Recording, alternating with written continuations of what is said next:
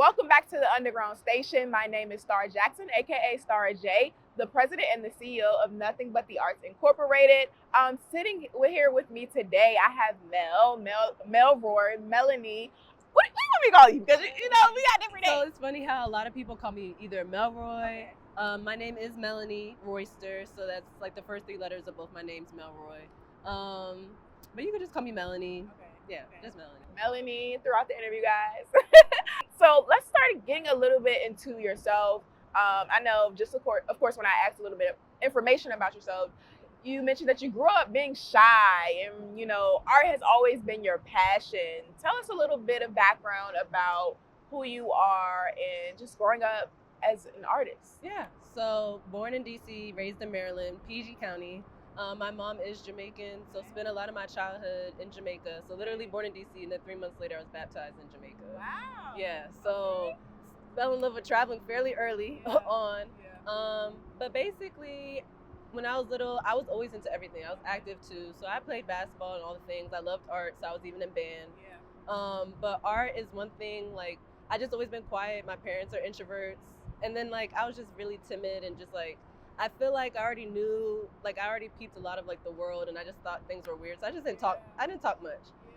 From very little, but art was a way that I could just express myself without talking. I didn't want to talk at all. Like, I had problem with teachers and everything with just like not talking, and now I can't shut up. But but yeah, so like art was just like, my parents could tell what I was thinking, what I was imagining just from creating.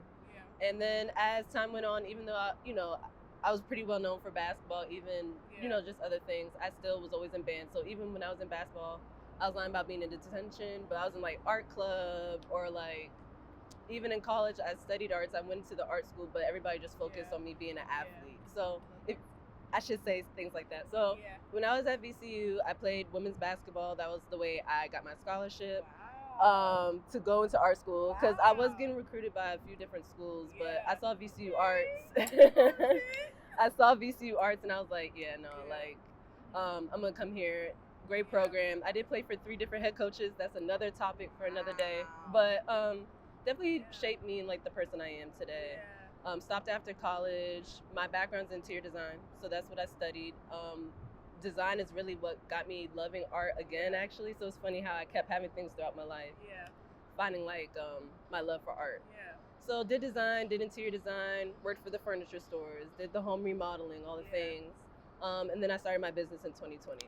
So now we're here. I could blabber on about my whole history, so I hope I like condensed everything. Yeah, no, you just told me some fun facts, multi-talented. I'm good at answering questions, and then I'll go on a tangent. So really just getting a little bit more into like your identity, origins. You said art was your way of expressing yourself growing up. What was the first piece or moment when you realized art was more than just a hobby for you? I think it's actually when they say how parents instill things in you is like very important. Like, I always knew I was an artist from when like the very beginning. So I don't think I had an aha moment. I think I just always thought of myself as an artist. But I think it's how parents like react to it. So like I used to draw on the walls. I was probably like 5, 6, 7, drawing on the walls, and my dad would get pissed off. Mind you, my parents are he used to be in the Army, very clean cut, whatever. And instead of like getting like super upset with me, like he would let me know it's bad, but then he just gave me a certain part of the house where I'm allowed to draw on the walls. If he got over it, he would just paint it over it, and then I'd draw on the walls again. And it just, I don't know, it didn't make me feel bad to do that. Like I feel like it instilled in me at a young age, like kind of like pushing the boundaries a little bit with my art and so on. So I do remember that moment. He probably doesn't, but I think, I don't know, it just felt very encouraging. Like, don't stop doing it, because like, but it's like, this is your safe space. You draw on the walls here, so on. And he's probably not surprised. Just I'm create. So I do remember him. Like, he didn't punish me, or he was just like, just draw here. Don't draw my living room, but like in your little room, your playroom, you can do that. So I don't know. I feel like that was a moment where I just felt encouraged to just keep creating versus like being shut down. Because I think a lot of people talk about how like their parents used to just shut it down when they were young. My parents never really did that. They would question it, especially when I decided to study the arts, but they never shut it down. And how do you make sure you're incorporating like, just your background and where you're from and everything like that into your art? I think I just paint things that that I might experience or that I learn from others, so it doesn't feel like I have to force. I don't have to keep up an image because it's just me. So I'll paint things from my life. Even now, a lot of my work feels different because I'm just painting like more of my healing journey or what I think that looks like, or stories I hear from other women. So it doesn't feel, it's a lot of storytelling, and a lot of Caribbean people, I think, through their art or just in general, they story tell through their work. So I think I don't know, I just focus on things that I already experienced or that I see people experience, so it doesn't feel like it's forced. It's things I care about, like human rights, women's rights, and just treating people, the right way. So I think it's never forced. I think it's just me painting my life. A little into your artistic style and process. So nature plays a grounding role in your work that you mentioned. What is it about nature that allows you to connect so deeply with, your art? Like, what is that fine line, or like, how are we intersecting the two? Yeah, I think from very little, just like a lot of people in like our age group, our parents just forced us outside, so on. So instead of exploring maybe more so with like the bikes and so on, like I did all of that, but I was really just like in the trees, I was playing with frogs. Like I was already just so interested in nature, and I feel like at a young age I was already grounding myself, especially even just going to Jamaica, being at the beach at 4 years old, like really just like becoming one, and just like, I don't know, I felt like I was already kind of very earthy from a young age. So even now, like even us sitting right here, and like even though it's not a natural sound, it's like cars, it still feels like, I don't know, and I'm looking at the water, I feel at my calmest right now. So it's like you knew me for this, because I keep looking out. I should be looking at the camera, but I just keep looking out because it's such a beautiful view. So I don't know, it just naturally calms me, and I know how art already calms me, especially with anxiety.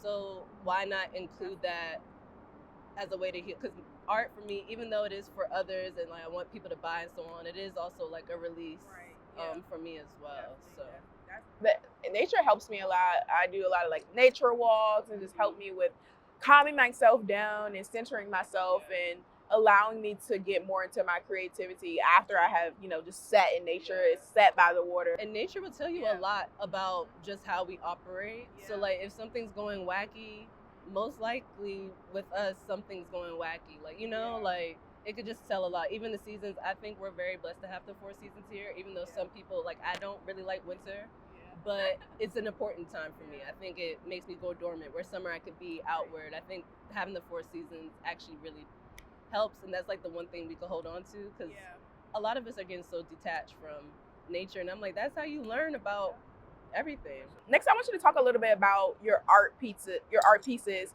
the process. I know you include a lot of vibrant colors. Talk about that. Talk about your process, and what is your art. Like, speak for your art. Speak for my art. Do you want me to talk more about the style, or just like even how the style, the process. How do you approach it? How do you go about it? Let's start with the style, I guess, first. So a lot of people ask, like, how do you find your style? I think I've always just been like, just jump into it, whatever comes to mind, explore, because that's how you figure out your style. You explore, so on, not necessarily copy, but just like, you study the arts, you study. I think, especially with my style now, I knew that I was influenced by certain things with my upbringing, but like doing more research and becoming more of a nerd with it, like, okay, I'm painting these things, but what does it really mean for real? So I think that's one way that my style has come up about. I've always loved Egyptian and West African art. And even growing up in Jamaica, I see wood carvers and so on. So I think as a byproduct, I always have to outline everything in my work. You never see me not outline. That's always the finishing touch. It doesn't matter what else I do with it, because I'll experiment. But you're always going to see that line work and bold lines in the work. And the vibrant colors naturally with Jamaica and West Africa. And I say West Africa because I grew up in PG County. If you know anything about PG County, a lot of Nigerian, West African, Ghana, all the things here. So now, a lot of my friends and so on, that was the upbringing. Eating the food, going to the parties. So, yeah. Okay, love that. You're not afraid to really experiment with doing, different mediums and techniques. Has there been a time where you just had to take a risk and, try a different approach, trying something different? How was that? What was that like for you, if you did have to go through something like that? So, I always wanted to do murals before I even started doing murals. Okay. I knew it was just gonna be somebody taking a shot at me, because I'm like, I know it. Like, I worked at the paint store and so on. Like, I understood different brushes. I understood design. So I understood how art and the scale in a space, how it would change, the space. But it's like somebody had to take a chance on me. So that first mural that I did, thank God I was working with somebody that already believed in me without even seeing my work for real. She's like, just go for it. So it did give me a space where like I could be nervous trying something new and so on. I love when that aligns. But yeah, I guess like the first like 1 to 3 murals, that's when I was like, okay, what do I do? Or like, you know, going on YouTube University, like, okay, like, should I try this or that? But that was a big risk that I did take in my art. 'Cause I'm like, what if people don't like it? So on. But I think taking that risk, I learned that you could, you know, really build whatever you want in your creative world. It's like it's not one shoe fits all. I think as an athlete, I'm so used to like people tell me this and that. So taking the risk in your own way and seeing it come, you know, I don't know. That was one. Yeah, that was one big risk, but it was worth it. Yeah, love it. Okay, a little into like design and healing. You studied interior design at VCU, and you said that it helped shaped how you connect with people. How does that training influence the way you think about just, you know, the healing power of spaces and artwork today? I think so.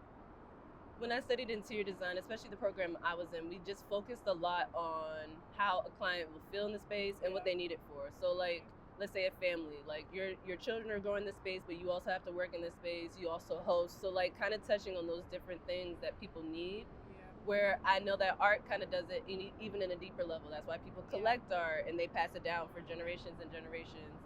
So I guess that's where, like, I got the bridge where, like, I need to get back into my artwork because there'll be, like, designs that I would create for people, but then it's like, it needs one piece of artwork that'll go perfect right here, and then it's like, I ended up being the one creating it. So I was like, wow, like, I really missed this, and it's funny how one thing brings you back to what, because the whole reason that I studied interior design is because of my love of art, but I kind of just focused on the design piece.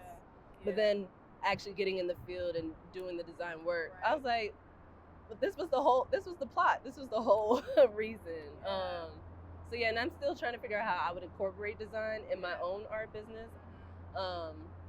You know, in the meantime, I'll do like part-time this. I'll still do design because I miss it. And I like making people's spaces beautiful. Like even with mine, I'm always changing things throughout my space and changing my art depending on what I'm doing. So yeah. Love it. Okay, a little bit into like just themes and like your impact.